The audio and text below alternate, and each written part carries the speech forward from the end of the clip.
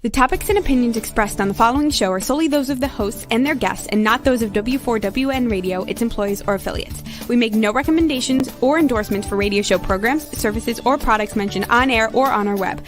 No liability, explicit or implied, shall be extended to W4WN Radio, its employees, or affiliates. Any questions or comments should be directed to those show hosts. Thank you for choosing W4WN Radio. Welcome to Success Secrets Exposed with Sally A. Curtis, where we share stories of challenge, success, and inspiration, along with practical tips and strategies to move you forward to your success. And now, here is your host, Sally A. Curtis.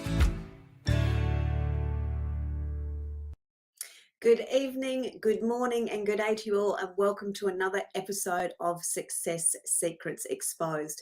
For those of you that are new to the show, I'm a content repurposing whiz for speakers, authors, coaches, and consultants. I help them turn their books and or content into 2 years worth of social media posts that help them increase their visibility, their credibility, and their profitability, effectively helping them turn their existing content and collateral into new profits. And today I'm excited to share with you a guest called Nicola Harrison. As an author, Nicola writes fiction novels about themes that affect many women.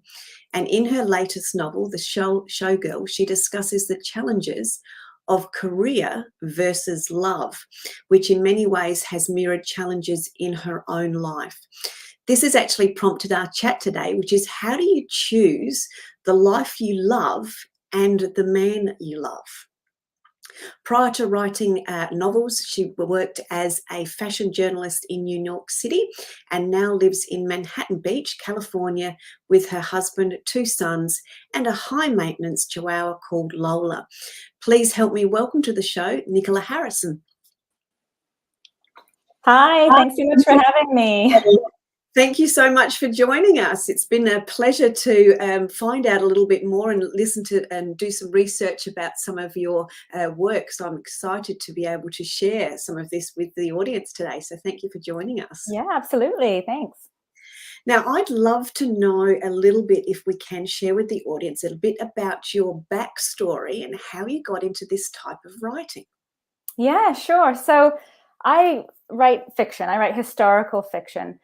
And I generally seem to write about women who are, strong female protagonists who are usually, facing some kind of adversity or, confronting some sort of pain in their life. And they're generally at a point, when I start writing about them, they're at a point in their life where they're trying to rebuild or start over or something like that. And that seems to be the theme that I keep writing about in my books. But the funny thing is, it wasn't intentional. It wasn't until I actually just recently turned in my recent book to my editor that she said to me, well, you write about strong female women who don't need a man, they're going to do it on their own terms.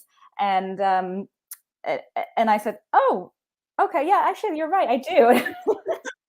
And I think the reason is that I think a lot of authors that you'll ask, if they really think about it, is they end up putting some of their own personal experience into their novels, even though it's fiction and the story is, made up or created or imagined or however you want to say it. We tend to put some of our own feelings and emotions into those stories. So that's what I'm writing right now. But my background is I was always writing. I always loved to write.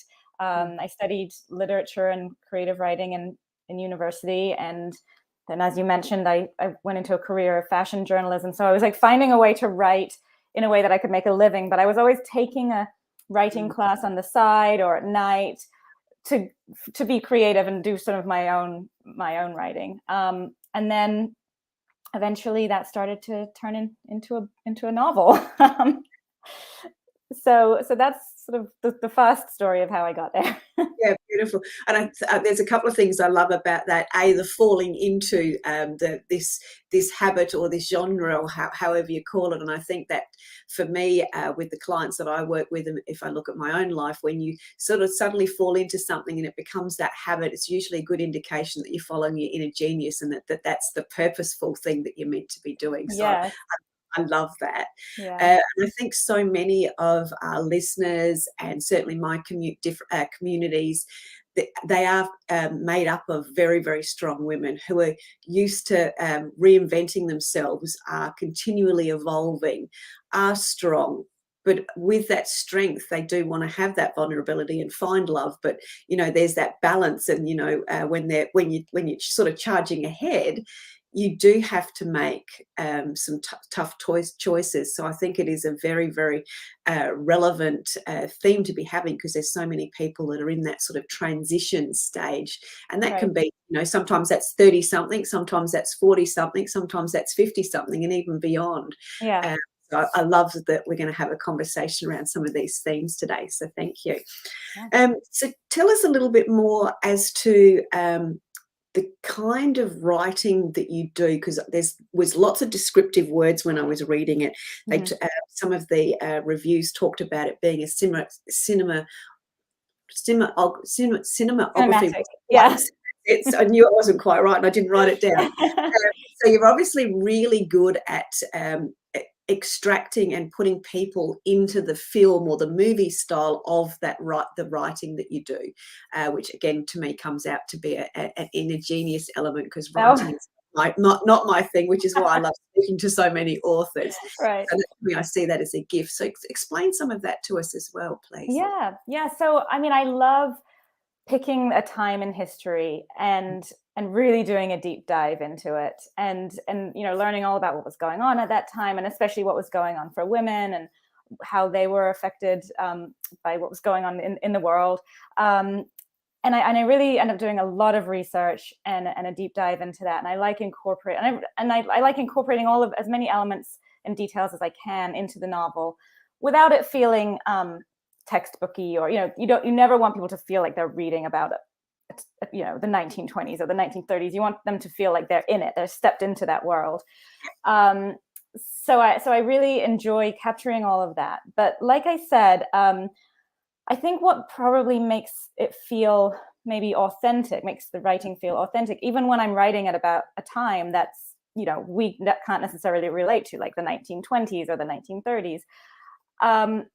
I think it's that I pour some of myself into these stories. So, for example, with my first novel, Montauk, this was my first novel. When I first started to write this book, I was actually going through a divorce. And I lived in New York City, and my ex-husband had to move to London for work, and my parents lived in California, and I felt very alone and sort of terrified about the future. At that time I had a 4-year-old son, and I was like, oh my gosh, what am I going to do? And it was sort of a terrifying time. But one thing that I realized, being a single mom, was that at 7:00, my son was in bed, and I had the whole evening to myself. So I started very seriously writing this book, my first book. And this story is set in the 1930s. And it's called Montauk, and it takes place at a little town at the tip of Long Island, which is just past the Hamptons. And it's about a woman who's, in an unstable marriage, and, she's spending the summer out in Montauk, and her husband is going back and forth to the city during the week, and she's supposed to be getting in with these high society women staying at this hotel, but instead she finds herself getting in with the locals instead. And it's a fictional story, but my own sort of feelings and emotions were sort of poured into that character. And so, I think that's sort of that raw emotion is what made it kind of feel real. And then with the showgirl, I was at a very different stage of my life. I had, when I was writing that book, I was lucky enough to, fall in love again, and I got remarried and had just had a baby. So now I have 2 boys. I have a 12-year-old and a 3-year-old, but so I had just had a baby. And I was very happy, and I was also very happy with the fact that I had started this new career where I was writing books. It was like a dream job.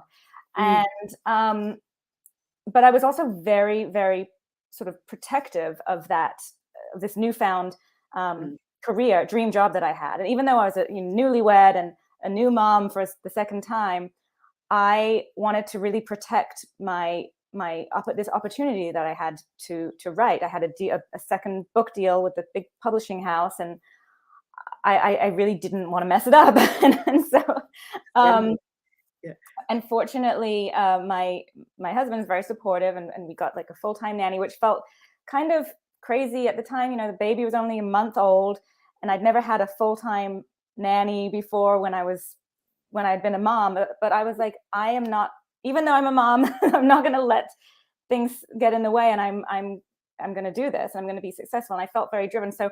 So even though for my second book, The Showgirl, it's set in the 1920s, and it's about a young woman who is determined to make it onto the Broadway stage as a Ziegfeld Folly showgirl, and she is going to do this no matter what. So even though that is very different from my life, I ended up once again sort of subconsciously pouring myself into that character as well, in that I was feeling very determined, and I was going to succeed, and I sort of wasn't going to let anything get in my way. And some people could say, well, that's like selfish. But I felt like that was what I owed it to myself, to keep pushing forward. And yeah. I don't know if that answered your question. I think I just went off on a different tangent. No, beautifully. What I was really hearing within there is those the commonalities or the parallels with the showgirl. That you mentioned determination, drive, which obviously you had as well. There's obviously some. I'm going to use the word strategic choices, because they're choices that aren't made like that necessarily. They're a choice where there's a bit of a weighing up, and there's a bit of self-reflection going on. Is this the right path? And there's that internal toing and froing to get to the point of that choice, which I see many women do, and some do it in this much time frame, and some do it over this much time frame. Is that toing and froing to get to their right decision. Right. And I think that that part becomes very important for the audience and women as we're going through that at the moment, because we've I remember my mum saying when she had her stroke, she's not with us now, but so mum would have been in her late 90s now, so sort of similar era. And I remember her saying to me at one point when we went to see her, was she just came out of it and she just said, "Sally, for God's sake, stop settling for." Right. And I think that's a lot. There's a lot of that where we get into that driven stage. Now, Mum, I wouldn't have seen her as a driven person, but obviously there was some drive there. But because of her era and the way her personality, perhaps she didn't drive as far forward with things that she wanted to do. And I think that's a bit of a commonality where there was, I don't know whether it's less choice back then or less action in some scenarios. So I'd love to explore what you found from a research perspective, as well as how it's paralleled with your life. Yeah, definitely.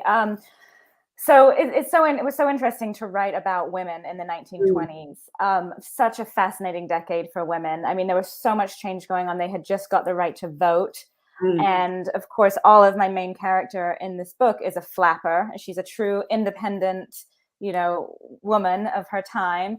And, getting that right to vote really emboldened women. And they were really fighting for their freedom to live life the way they wanted to live it, to dress the way they wanted to dress, which was so completely different from the way their parents had dressed. I mean, it's funny now when I was writing about fashion, to think that now the slight changes in fashion that happen to us, like it's like, oh, okay, we're going to go from a skinny jean to a straight leg jean, or a mid-rise to a high rise. We're talking like an inch difference here or there. But then they went from wearing these dresses that were down to the ankle in these structured wool fabrics with corsets, to wearing dresses to the knee, showing off their full leg, and throwing the corsets out the window, and and cutting their hair short. It was just so drastic. And so you can see how the older generation was completely shocked by that change. But these younger women must have felt so incredibly free and liberated. Yes. But fashion alone, I mean, that's a whole thing in itself. But then just, they wanted to dance the way they wanted to dance. They wanted to smoke if they wanted to smoke. It's like they just wanted to do that. But there was also a lot of pushback from the older generation. I mean, the older generation were very scandalized by it. And so in my novel, Olive, and she has to sort of make some sacrifices and decide, is she has to basically give up her family in order to follow the path that she wants to go down. Yeah, and that's, I read it interesting. There was the word risque came up a number of times. It was perceived and judged as being risque, but it really wasn't. Sort of perhaps perceived then, but it wasn't really as risque as it perhaps could have been in some of those examples.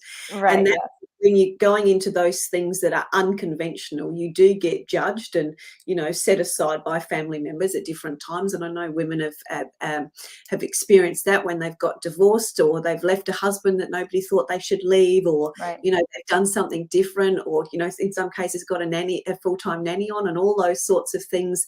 When we are judged by others, but we push on through because we've made that choice for ourselves versus what other people think is right for us. Yes, definitely. And there's another point in the book where she does fall in love, and she finds she's not looking for a man. She thinks, I don't need a man, he's going to get in my way. I am like on this path to become like a showgirl.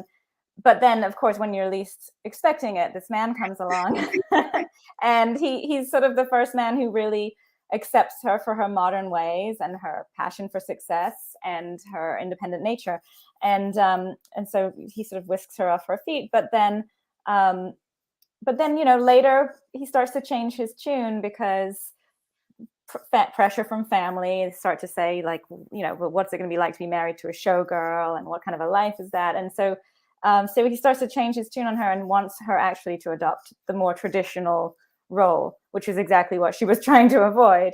So I mean, I think that there was certainly this freedom and this excitement and this celebratory feeling of the decade for women, but there was a long way to go. They weren't there, and I feel like even now, it's funny that writing that book then for the 1920s, I feel like, okay, we've come a long way as women, but a lot of these feelings and themes, we're still facing them now. We're still trying to push back on these traditional roles that are sort of placed on us. Yeah, very, very much so. And that was what I was wanting to explore. So what were some of the things, because what you spelled out as far as, love comes in from left field, so to speak. It's not what you want. It's because you're charging ahead, and as you say, you get swept off your feet. And then the requests for change start to come in again, and that's so typical of life. It's almost, whether that's the new partner or the new husband, that can also change when you actually get into a career. It starts off this way, and then there's conformities that come in, and we just need to tone things down. There's all this I'm going to use the word settling for, or you can't be as big, you can't be too much. Yes. You've got to come back to these have these more filters on it. So share with us some of the things around those sorts of themes that you've discovered through your research and the history that you've drawn into the books, and especially now how they're still occurring now. Yeah. I mean, I definitely wanted to explore in this book this idea of, can you have it all? Yeah. And that is something that I feel is so relevant today. But it was something that the women then were starting to it was their first taste of it.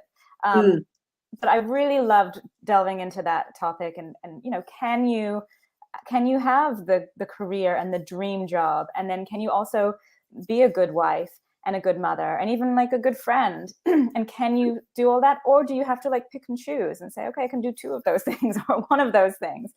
And so yeah, I mean, I think I face that now. I think a lot of women face that now. And certainly in this book, I wanted Olive to be thrust into into those sorts of questions.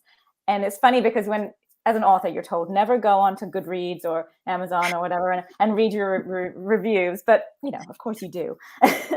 And there are some people on there, a few people were like, she's selfish. She comes across as selfish and self-absorbed. And I was like, yes, she does. And that's the whole point. Like, she does make some questionable choices, and because she's trying to figure it out. We don't have all of the answers in front of us when we're trying to navigate this balance and trying to find a balance. And I wanted to write a character that was flawed. And, that's that. First of all, it's fun to write a character that's flawed, but you want someone to like make mistakes along the way and then, take some re-steps and figure out what's going to work for them. Yeah.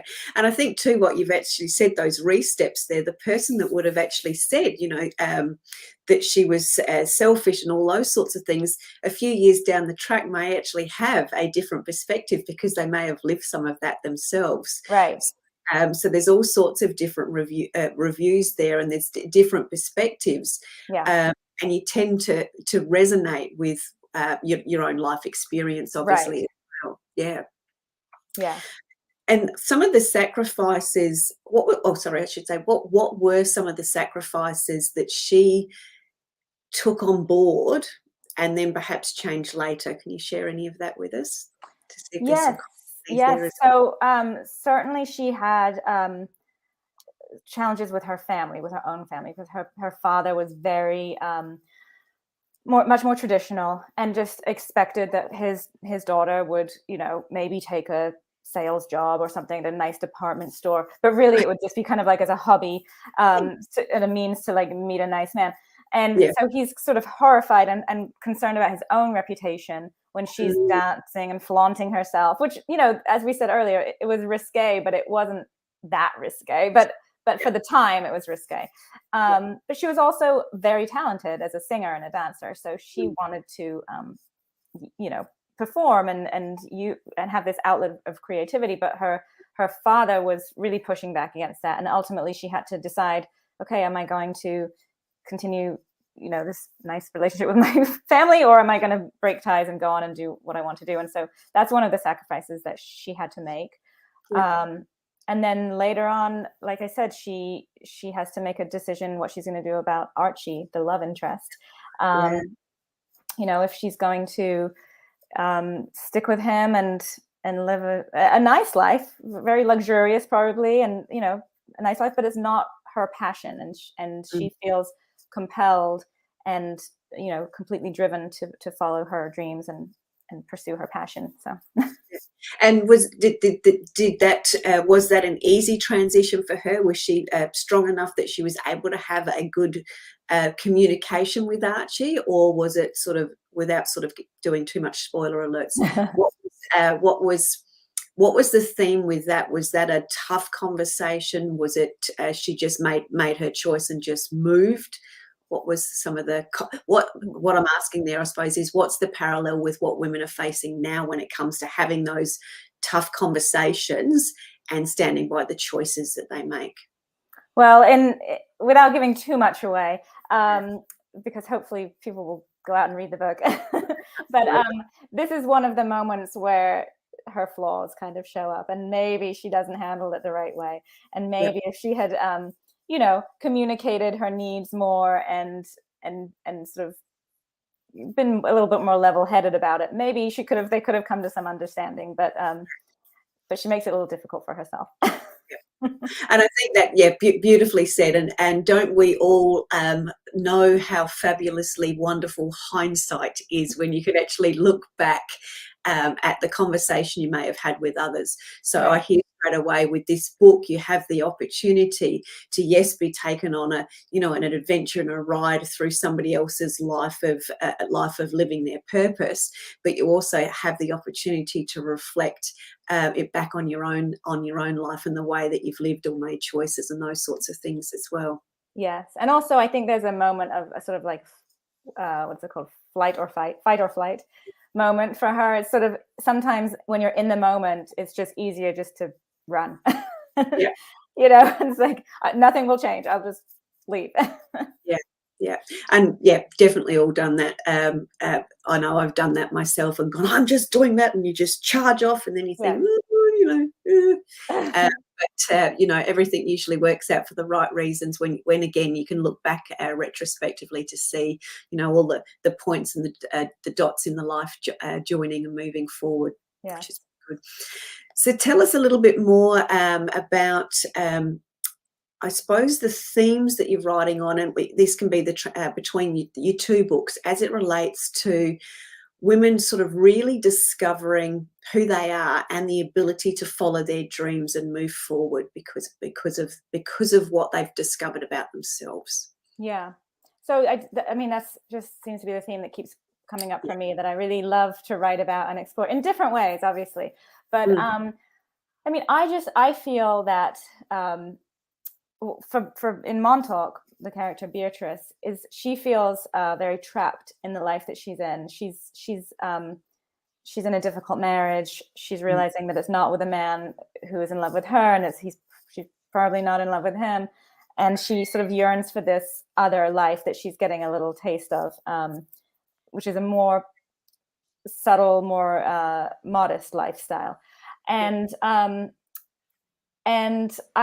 so that's that book. And then we talked about the showgirl, but I think that I keep writing about this because, I'm sorry, I lost my train of thought for a second. What was I saying? What was the question? The question was the parallels between them following their dreams and the self-discovery. I suppose it's for me, it was always listening to the self-discovery that enables them, or is the catalyst to help them follow their dreams. Yeah, I mean, I just feel like as women, I mean, I guess as men or anyone, human beings, I feel like if you have this urge to, I think I'm talking about the showgirl here specifically, is if you have this urge to create or to follow, to pursue a passion that you have, I think that if you don't allow yourself to find a way to do that, I think you end up resenting the people or the things that are holding you back from that. And for me, it's writing. I mean, I feel alive when I'm writing. I feel like it's what I was supposed to be doing. And I think that probably artists feel that way, dancers feel that way. If you love sports, you love soccer, and you, for whatever reason, can't do it, I think you just sort of feel this repression. And I think what I try to explore in these books is that if you're able to carve out, if it's if it might just be a hobby, and you're able to carve some time out for yourself to be able to pursue that and have this outlet, a creative outlet or an outlet for your passion, or if it's your career and you're able to build that career as part of your life, I think it just makes you happier. And then ultimately your relationships with the people in your life are going to probably be more fulfilling and better relationships if you're able to feed that need that you have. Yeah.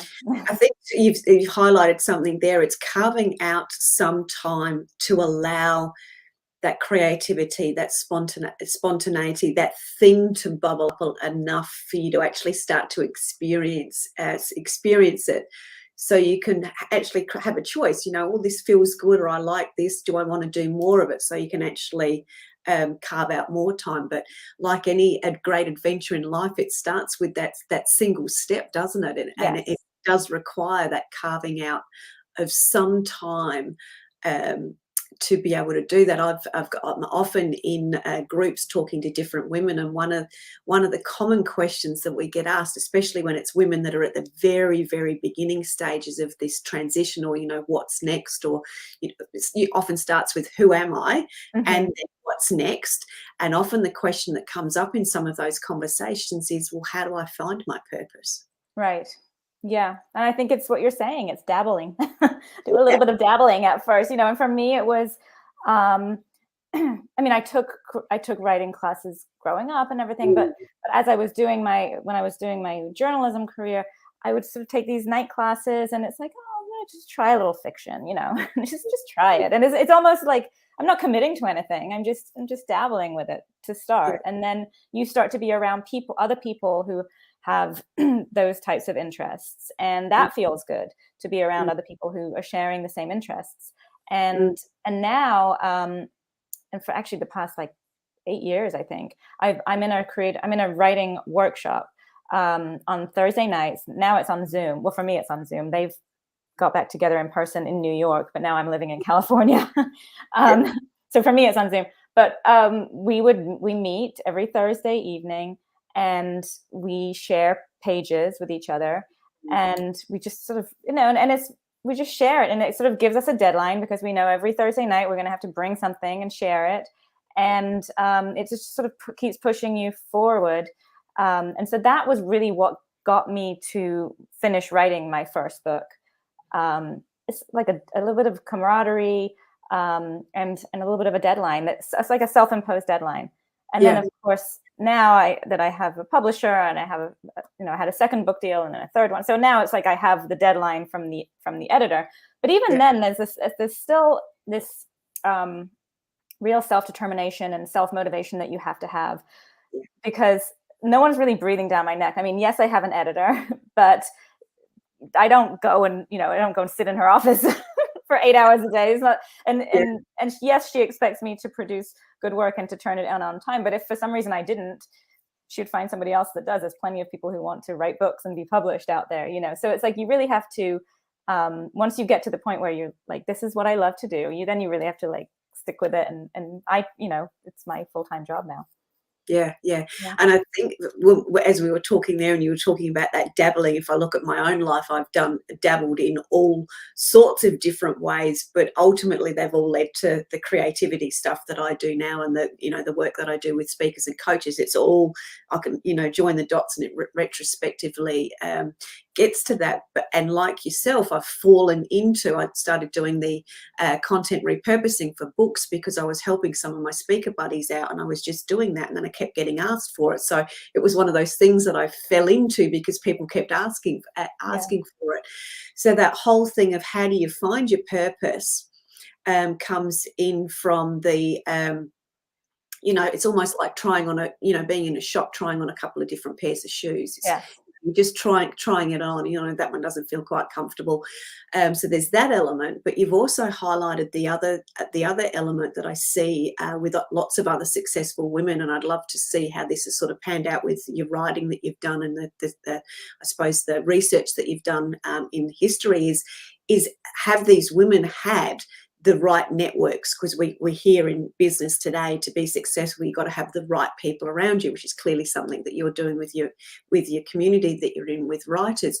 Did they have those opportunities historically, and is that something that they had? And obviously, I see it to be very important in this time. Mm-hmm. So, what's your experience from the writing perspective for the characters? Yeah, definitely. So in the Showgirl, there's definitely a sense of camaraderie with the girls, the performers, and they really like lift each other up and help each other out. And when she first comes to the stage and she's a total newbie, there's a woman who's been around longer, and she knows the ropes, and they go out the stage door on the opening night, and there's all these, they're called stage door Johnnies, these guys who are like standing at the door, and they're like, hey, can I take you out to dinner? Here, let me give you some flowers. Let me give you a necklace. And she's like, oh, just keep going. There's plenty of time for all of that. But she can't help herself. She's like, we're going to Delmonico's. You can meet me there. But yes, there's she has like a slightly older, wiser friend to sort of guide her along. And then there's the group of women who are all doing it together. And then also in this book, there is a character who comes up who I loved writing. He's an older Italian opera singer who's very, very famous. And she happens to be up in upstate New York, up in the Adirondacks, on this retreat where they take the show on the road. And she hears someone singing at 6 o'clock in the morning. And she's like, oh my gosh, who's, just so disturbing my beauty sleep. And it's coming from a lake. And she rows out, she jumps in a rowboat and rows out onto the lake. and here she finds this guy who's extremely famous singing his lungs out because he said that the air up there is good for the lungs and everything.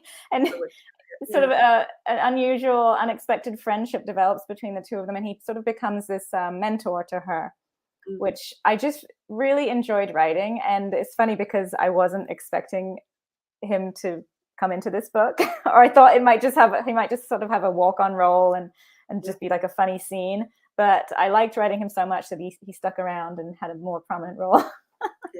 And now for the audience that are actually listening to that, now you know why it's been described as, I'm going to say, cinematic. Cinematic, yeah. Right, because you really do feel that you're in it. And I love that not only have we got the networking element in there, which we know is very important, but it's also very important to have the right sort of mentors around at the time that can really help show, not so much just show you and guide you along the way, like the lady did that took her under a wing, but this mentor that sort of almost helps shift things along in a different gear with a very different perspective, obviously, with him a man. So yeah. And how do you find with those themes, what do you see is relevant now, or what do you notice that's going along in the era that we're in now as it relates to these networks and these mentors, from your perspective of how you're seeing business and how you see that happening from a community perspective? Yeah, definitely. So one of the most amazing things about becoming an author, totally unexpected, was just how wonderful the book community has been. In person, but also on social media. And it's a lot of, for my community, it tends to be a lot of female authors who I've connected with, and everyone just kind of lifts each other up. And there doesn't seem to be much of a sense of competition, because no book is going to be the same. I mean, like you and I could write a book on the same subject and it would be two totally different books, because that's just the way it is with creative writing. But so there doesn't seem to be any sense of competition, but it's more like when someone's book, it's their publication day, everyone gets on Instagram and posts a picture and post a picture to say, happy pub day, can't wait to read this one, or I read an early version of this and this is such a great book. And that does wonders for you, because then they've reached out to their entire community, the social media community, and it gets the word out about your book. And it's been harder these days to get the word out about novels, because with COVID and things, people haven't been, now they are more so now, but for a couple of years, people weren't just wandering the aisles in their favorite bookstores and just picking up a book and saying, that looks good. So you really had to work harder to get the book babies that you've been working on for so long out into the world and in front of people's eyes. So yeah, I think that book community for me has just been really, really wonderful. And it makes you just realize women helping each other out and raising each other up. And it's just such a wonderful thing. And it makes you want to do more of it for other people. Yeah, I couldn't agree with you more there. On a number of things. The book community is, everyone's aspiring, but everyone's inspiring and supportive of everybody else is certainly something I have found. Very little competition. There's obviously a lot more competition in the speaking realm. That was from my experience, but it is different in that author's realm there as well, for sure. What I've also found, just listening to that too, is and the difference between a network, a mentor, and a community. And I heard that there's collaboration across all of them, but there's that collaboration that actually rounds you off into being a better human, in that you're not just a better book writer and you're not just helping book writers, but it actually ripples into the rest of your life. Would that yes. And I don't even think, I'm just sharing my experience about the book community, but I think that could be relevant to people, not even in creative. Let's say you work in fashion. I don't even think it has to be in the fashion world. It could just be a group of women who are somehow in a community. If one of the women happens to be a jewelry designer, if you post about or talk about or share about the jewelry that she made, and then somebody else is I don't know, a journalist, and then you post about an amazing article that they wrote. It just is so nice. It's such a small thing that you can do to help other people, get their voices out there or get their creativity out there. And it doesn't really take much, but it means a lot. Yeah. I love what you've just said there. I've got another girlfriend, Nancy Matthews. She's written a book called Be the One. And what you've just expressed there is her version of be that one person that does that one little tiny thing for that other person that just magnifies and just makes it so much better for everybody. It's just it is literally just those little things that we can do that'll be so much more meaningful and so meaningful for that person. Yeah. Which is good. And I also just really, really felt and witnessed for myself the difference from trolling the aisles in the bookstore, because that was something that I used to do. You go up in the book aisles and you literally, for me, it was waiting for one to jump off the shelf at me or one would fall off. Yes. And that was how I chose and found my books. So not having the ability to do that has been very, very different for me. And it has been through community and doing things online and seeing other people say, as you said, say, hey, I've read an earlier version of this. This was good. Here was my takeaway, that has actually prompted me to go and grab the book. So I think it's such a relevant gold nugget that you've actually shared there is, what's the difference for authors and people writing books, that are wanting to share something, lessons with the world. It's a different way of letting them know, and those collaborative communities and key conversations are really relevant right now. Yeah, and I think that sort of more of that seemed to come up with COVID. People sort of sensed that there was more of a need to help people get the word out. And so hopefully that will continue. And I mean, I think that's one of those silver linings where you're like, okay, well, that's something good that came out of it. Yeah. And I think that it is very much that silver lining, but we've now, if I look at my perspective and some of the communities, we've got into what we call it rushing women syndrome. We've got into that rushing, we're driven women. Yes, we've got our networks, yes, we've got our mentors, but we're all still running at a pace. It did give us the opportunity to sort of back down a little bit, in some cases very suddenly, to just slow down, especially from the speaking community. But it did actually allow people to stop and be reflective and refine their purpose and what voice they want to bring to the world or message that they want to bring to the world. But it actually enabled us to actually reconnect. Yes, definitely. Yeah. Which has been good, and this is why I really wanted to share your story and talk with you about the book, because a lot of this connection is so now very relevant to the themes that women have experienced in the eras that you write about, but also are experiencing very, very much now as well. Yeah. So I want to ask, and this was relating a little bit to the network and those people that you've got around you. Do you still see lots of variations of these challenges as it relates to career versus love? And what are the common ways you're seeing some of these people actually move forward through that? Currently now or in the books? Yeah, bit of both. So we've talked about it from the book. So if there's any more highlights there as it relates to the books, obviously the one you're working on, and as it relates to women in your community, because I think there's so many commonalities for past as well as current and future for women. Yeah, I mean, I think it's just like the takeaway is kind of just, I mean, it sounds cliche, but when I sign copies of the Showgirl, I sign it and I say, follow your dreams. And it might sound cliche, but I just feel very passionately about it. And I feel that, just if you have something that you're passionate about, try to incorporate that in your life. And yeah, I don't know if that's what the question is you're asking.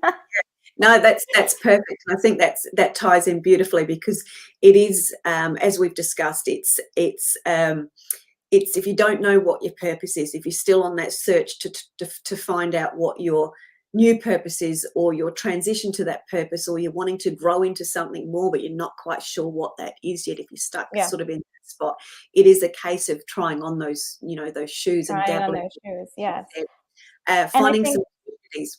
Yeah, and I think also, not settling for sort of the mundane, and not settling for something that doesn't make you, very happy, if happy is the right word. But I think, and not settling for someone who doesn't appreciate you and doesn't support you in your creative pursuits, or in your pursuits of the career that you want to go after, or want to thrive in. And I think that in my own personal life, having gone through a divorce and then having, remarried and found someone who's very supportive and really like gets me. And I think when I'm not writing, it sort of makes his life miserable, because I'm like so filled with angst. So it's better for him if he's supportive. Yeah. And you're writing, yes. Yeah. So I think just, not settling and really going after, the love that makes you happy, and the career and the passions that make you happy. Yeah. Well said. And where is the best place, or the places that people can actually get hold of the Showgirl? And we'll pop the link back up, obviously through your website, and that's available on Amazon, etc. So it's on Amazon. It's in Barnes and Noble and almost all your local independent bookstores, which is so great by the way, to support your local independent bookstores if you can. They've had a tough time of it through COVID too.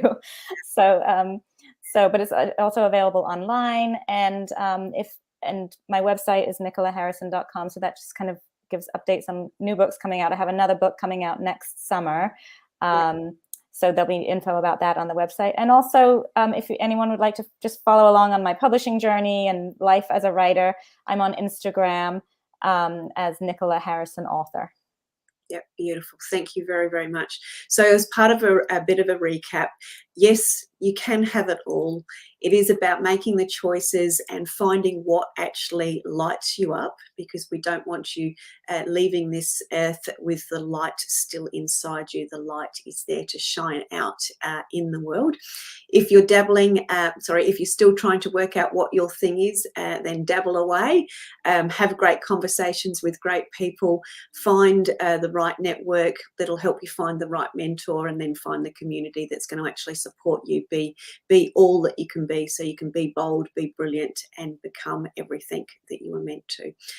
Thank you very, very much for joining us today, Nicola. It's been an absolute pleasure sharing so much with you. Oh, thank you. Thank you. This has been so nice. I've done a lot of book talks where I've talked about the book and everything, but this was a whole different conversation. So it was really great. I enjoyed it so much. Thank you so much. Yeah, we like to get into the, a real conversation as though we're having a cup of coffee together, even though we're at different sides of the world. It's great to be able to do that.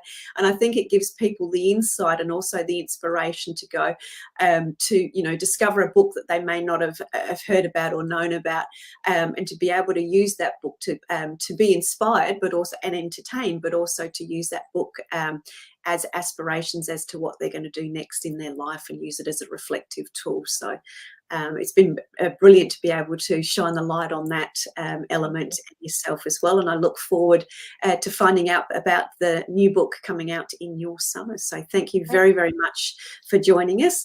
It's been a pleasure. And as I said to everyone, make sure you get hold of a copy of the Showgirl. You can find that at nicolaharrison.com, the Showgirl. So we look forward to finding out how you go with that, and look forward to having you on another episode of Success Secrets Exposed. Till then, take care. Thank you very much. That's it for this week's episode. Thank you so much for joining us, and I trust that you got some inspirational tips to move you forward. You can find this episode along with many more on your favorite streaming platform such as iHeartRadio, Spotify, iTunes, and more. See you next Thursday at 7 p.m. Eastern Time for more Success Secrets Exposed with Sally A. Curtis.